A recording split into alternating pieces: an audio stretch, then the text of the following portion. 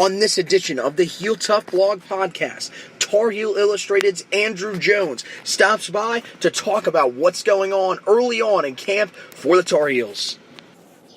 Hey, Mr. Andrew Jones, how's it going, sir? Hey, is this Anthony? Yes, sir. Yes, sir. Anthony, how you doing, my friend? Good. Yeah, I'm just so glad we're able to get you on. I know, you're a busy man, so, this is an honor to have you on. You're one of the guys that knows, I mean, you might be the guy that knows the most about this Tar Heel football team. And, man, I want to be you one day. That's my goal, man. So, yeah, man. So, just, I guess, starting out, yesterday, Meet the Heels, of course, second day of practice, though. So these guys have jumped in. I saw your first day report, saw some of the depth charts, and there's a couple of things that I really wanted to point out. One thing that I wanted to start with, of course, the quarterback battle. Nathan Elliott, Chad Surratt continue to battle back and forth. Nathan Elliott, as you said, got the first team reps. Is there anything that we should be buying into right now from that first day of practice, or, is it right now still kind of take it with a grain of salt? Well, the orders that they do things, or that the players do drills, whether it's the defensive line, the secondary, or quarterback, it's nothing random about it. So it's by design every day. Now, it often fluctuates. Generally in quarterback battles that I've seen, the way Larry's handled in the past, and most coaches, is one day one guy gets the majority of the reps with the ones and the other guys with the twos. The next day they flip. So they very well could have flipped yesterday, or even later in that practice. We're only allowed 30 minutes. And we're fortunate that in their practice scheme, that about 8 minutes into the actual start of practice, when they're into the periods, it gets to the third period, they do 4 or 5 minute periods. They break off into 11 and 11. And as long as they're not doing full contact, they go ones versus ones, twos versus twos. When they start doing more contact later in camp, they'll go ones versus twos, one offense versus two defense, two offense versus one defense. So it's kind of easy. I sit there and jot down who's with what group, and that determines that day's depth chart. So even when we knew Marquise was going to beat out Mitch, for example, a few years ago, Mitch would still get some reps with the ones, because you got to get ready. You have to work with those linemen. They don't use cadence a lot, but when they do, you have to get used to, the linemen have to be used to how one quarterback calls his cadence versus another quarterback, and they have to get timing down with receivers and everything. So that's as much a part of it as anything else. Now, you might be able to read a little something into Friday just because of the news that's probably coming out Monday about the shoe suspensions, the shoe gate, everyone's calling it. Gotcha. So I don't want to lead too much more into that, but that could have been part of what was going on too, because Manny Miles, who's a senior walk-on, also got reps for the twos. He was splitting them with Chaz, and that was unusual.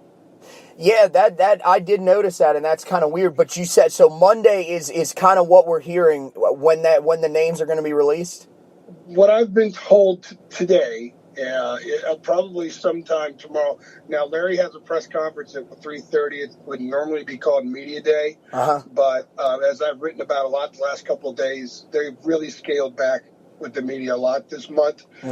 In fact, we had Friday this is my 23rd year doing this. A good friend of mine, Brett Freeland, has been doing it for 34 years. Sean Kress for like 25 years. And combined, none of us have ever seen a situation where a college head coach did not speak to the media after the first practice, because it's the softball opportunity, basically. You get a softball story where everyone's going to write, hey, the team started practice today. They're all fired up. The guys are in great spirits. For Carolina, basically no injuries after what they went through a year ago. It's an easy story to write. It's an easy fluff story for fans to embrace.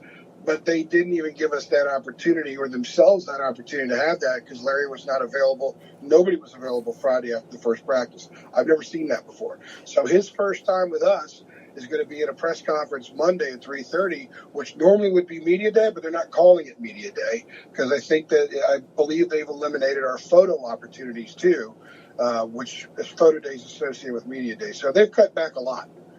So we're expecting that they're going to announce the suspensions for the shoe stuff Monday before the presser.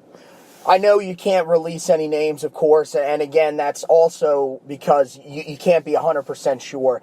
But numbers-wise, what is like the ballpark number that we're kind of looking at for these guys? You know, number of players and then games that they will be suspended.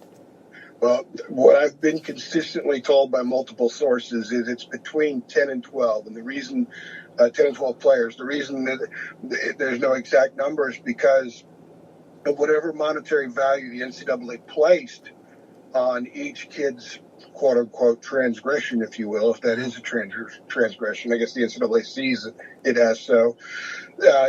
Some kids might have been involved, but the monetary value placed on whatever happened might fall under the suspension line. So if it's X number of dollars, you get one game. Right. If it's more than that, you get 2, 3, and 4. What I'm hearing is the guys that are suspended will be between 1 and 4 games. I mean, it's mostly guys in the defense. Okay. Well, yeah, I don't really know how to react to that, but I guess we're gonna have to find out the names.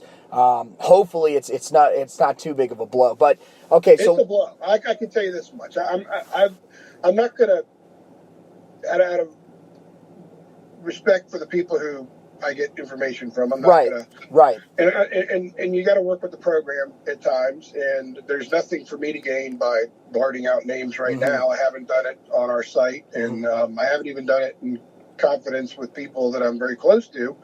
So I'm not going to get it out there. It'll be out soon enough, and UNC will have a statement. Larry may make a live statement, open his press conference tomorrow. He's also got the CTE stuff to deal with too, by the way. Right. He has not been made a public appearance since those comments in Charlotte. So he's got those two things to wrestle with tomorrow, and I'm sure that it'll take a significant portion of the press conference, and at some point, hopefully we'll be able to get down to football.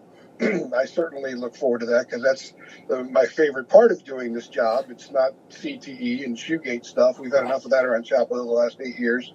So, but I'm not going to – I'll just say it's mostly defense, and there's some really important players that are going to miss a couple of games. Well, I appreciate you sharing that information. But, yeah, let's try to focus a little more on the football stuff.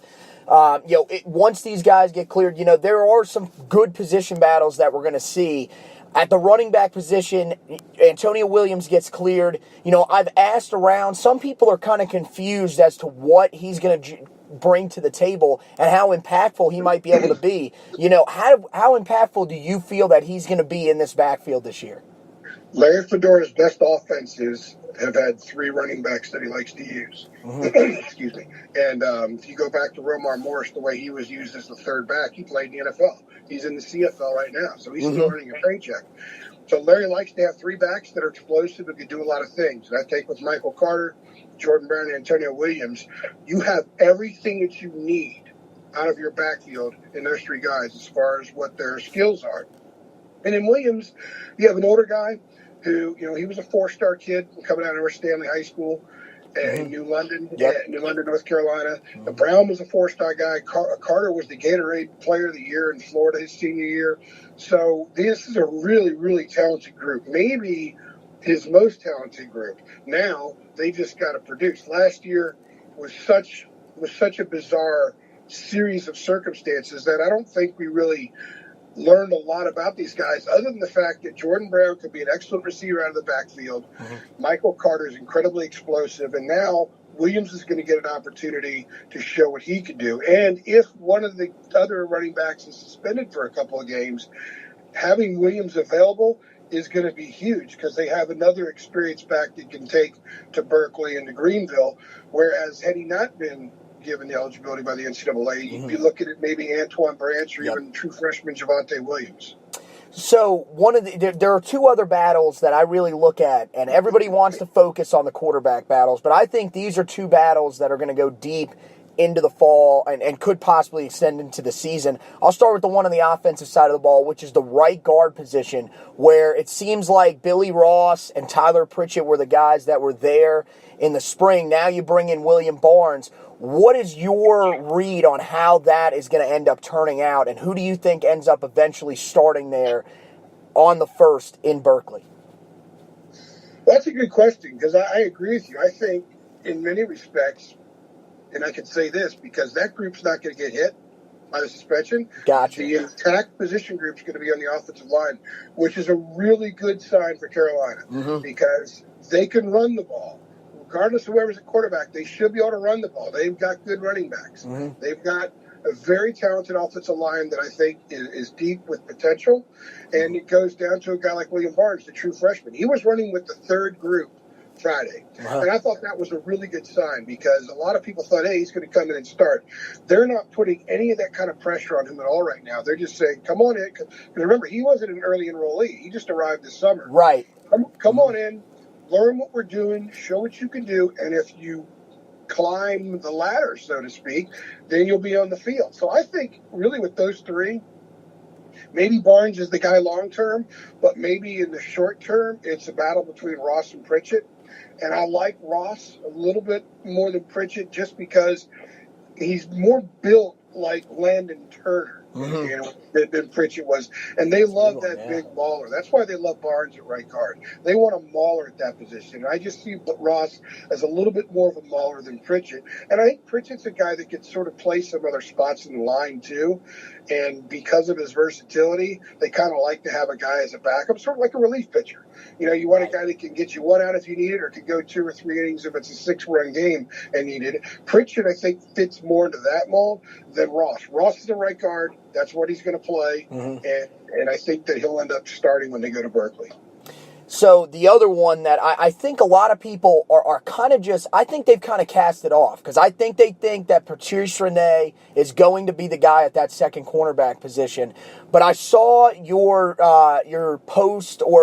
pre-fall depth chart, and you had C.J. Cottman over him. C.J. Cottman's a guy that I thought last year, in his special teams reps showed something. I've watched his tape, and I love everything that I see about the kid. And, to see that you had him over Rene kind of surprised me a little bit, but at the same time, the talent is there. Right now could C.J. Cottman end up being the guy when they go, on the first over Patrice Rene and kind of shock some of these Tar Heel fans that think Patrice Rene is really a shoo-in at that spot? Well, going back to last year, you pointed out the special teams thing, and that's a really good observation because I questioned why he was even on the field. Because I figured, if they're not going to put him out there corner, why are they using reps? They did the same thing with Malik Robinson, a linebacker. And as I found out in the spring, it was to get them on the field, to get them to hit people and to play in front of a crowd because they figured that these guys are only going to be around 4 years anyway. So by the time they get to the following year, when they're in position to challenge for a starting job, they're not wet behind the ears. They've been out on the field. They've been on the road. They've been in different environments.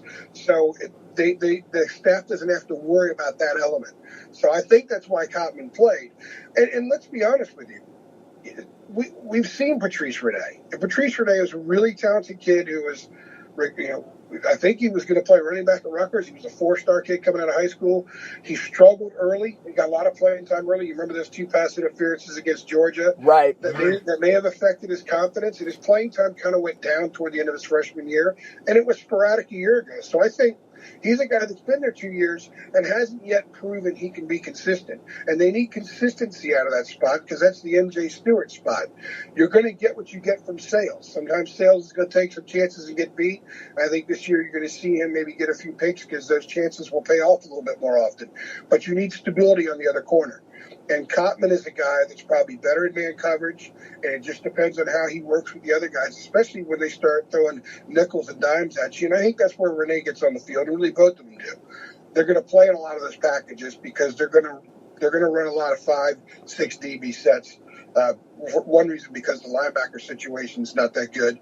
And plus, I think Larry just loves having speed on the field. Do you go back to when he first arrived? He had speed on the field a lot more. Now that Gene Chizik has kind of moved on and he's further away, they're going back to a little bit of that and away from as much beef as they had, especially in the back 5, 6, however you want to look at the secondary.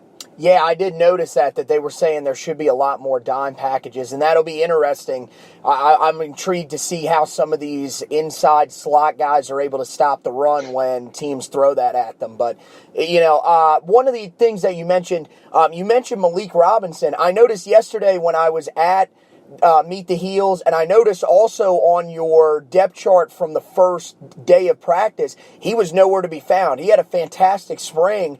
If it's suspension related, then I do understand why you wouldn't be able to comment. But do you know maybe why he's not there right now? I can't say he's not there. I don't know. And right now, getting information is really difficult because there's a lot of cramming up that's gone on around the program. They've kind of put a little bubble around things, and it's a little more difficult to mine information than it was in the past. But we're also at the beginning of camp, and we'll get a chance to get more intel as we get into things. But, they like to look at guys. Javon Terry was going in for Miles Dorn with the first team. Now, Javon Terry is not going to be a first-team guy. But they want to look at some of these kids playing with the older ones just to get different combos to kind of see how they handle themselves out there. It's like in basketball. If you remember Justin Jackson as a freshman, he deferred all the time to the older guys and didn't sort of just kind of launch into the player that he had inside. He deferred a lot, and that's just kind of a respect thing. A lot of freshmen are like that. I think when they put freshmen out there with the older guys in football, especially on the defensive end, where everybody has to be communicating at all times. You have to work in total synchronicity as far as communication goes. And if you're a freshman and you see something, you have to bark out. You have to be confident to bark it to a senior. So you want a freshman barking to call Holcomb if they see something.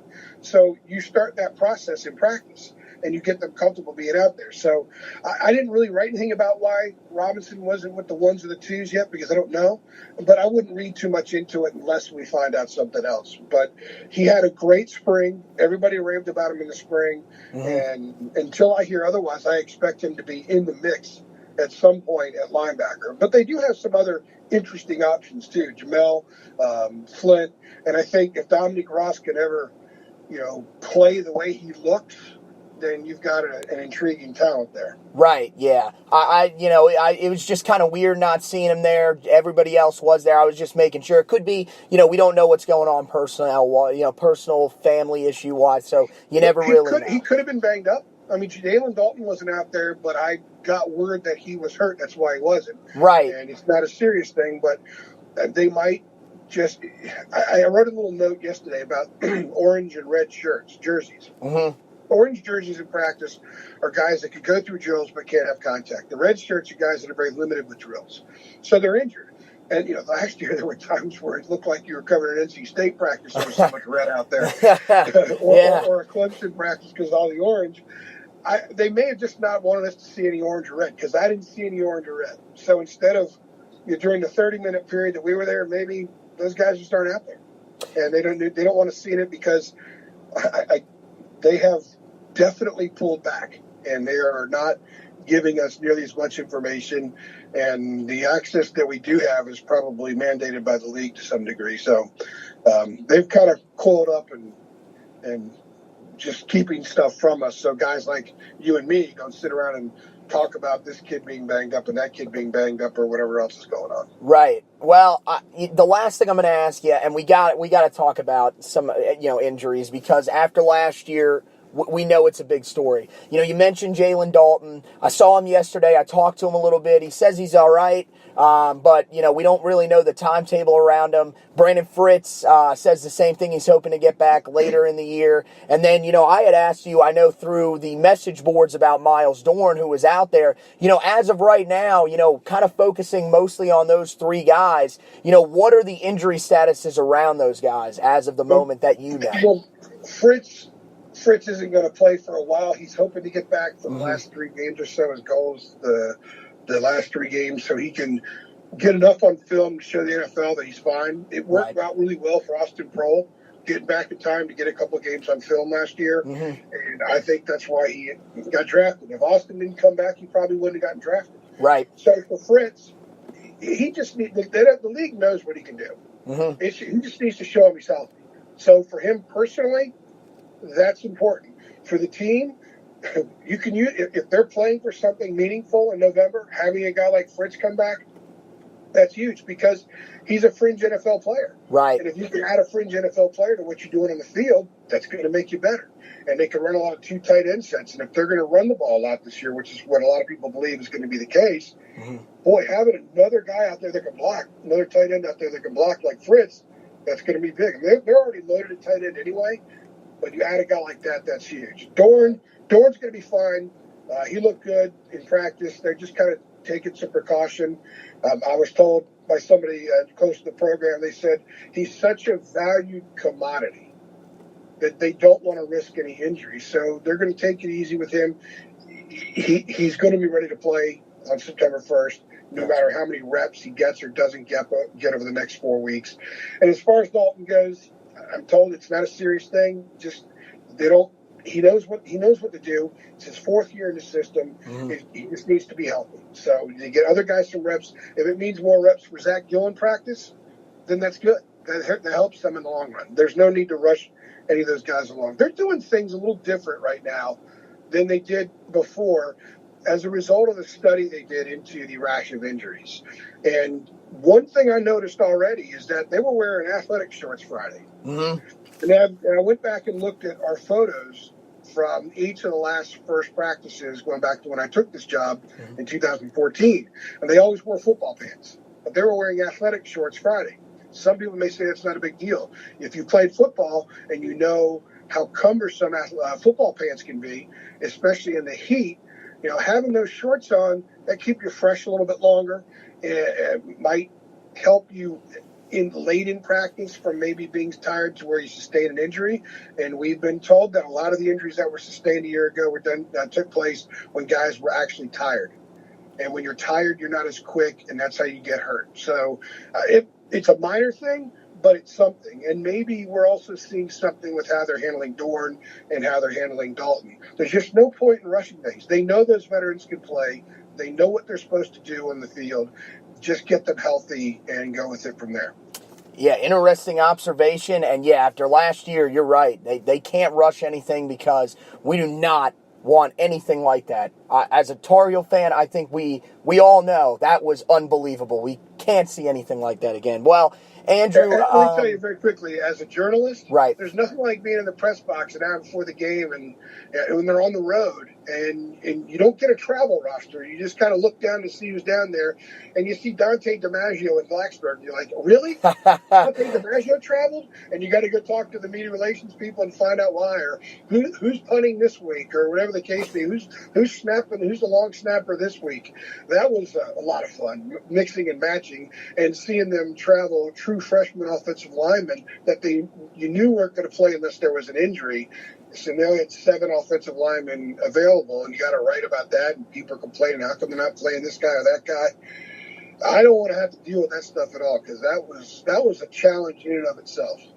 All right, Andrew. Well, yeah, man, I've kept you long enough. I know you got to go off and get some stuff done, and I can only imagine tomorrow might be a pretty crazy day for you. So if that story ends up, if that story ends up breaking, I would definitely want to have you on next week, and we'll kind of discuss it, maybe just a little bit about what the impacts are of the guys that would be suspended, if that's cool with you.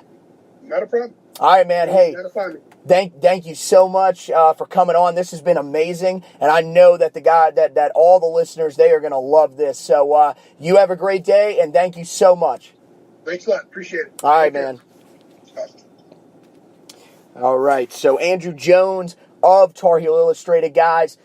I mean, he covers the team for Rivals.com, and he does such a great job. He is unbelievable. Jared Hardy, who I know a lot of you guys follow, he's the guy that covers recruiting for them. John Gwaltney. They have a great group over there. Read their stuff. They do their own podcast. I know that's probably not the best thing to do to promote it, but they do so much great stuff over there. Go give it a listen. Go read what they've got going on. And, give them some love as well, because they do such a great job. I want to thank Andrew Jones for giving me the time of day to come on here and talk about this team. And guys, as you heard him say, keep an eye on social media, because tomorrow could be the big day, right around that 3:30 mark with that press conference from Larry Fedora. So for right now, this is Anthony Pagnotta of the Heel Tough Blog Podcast checking off. As always, you can listen to the podcast on Spreaker, iTunes, Google Play, iHeartRadio. We are all over. TuneIn app as well. Guys, read the blog. If that story ends up breaking, there will be huge stuff coming out about that. I will have my notes from Meet the Heels yesterday will be posted on there later this afternoon or later tonight, after I get back from what I am doing here in just a few minutes, covering local baseball in the area. So, guys, I want to thank you for listening to the podcast, and as always, go Tar Heels.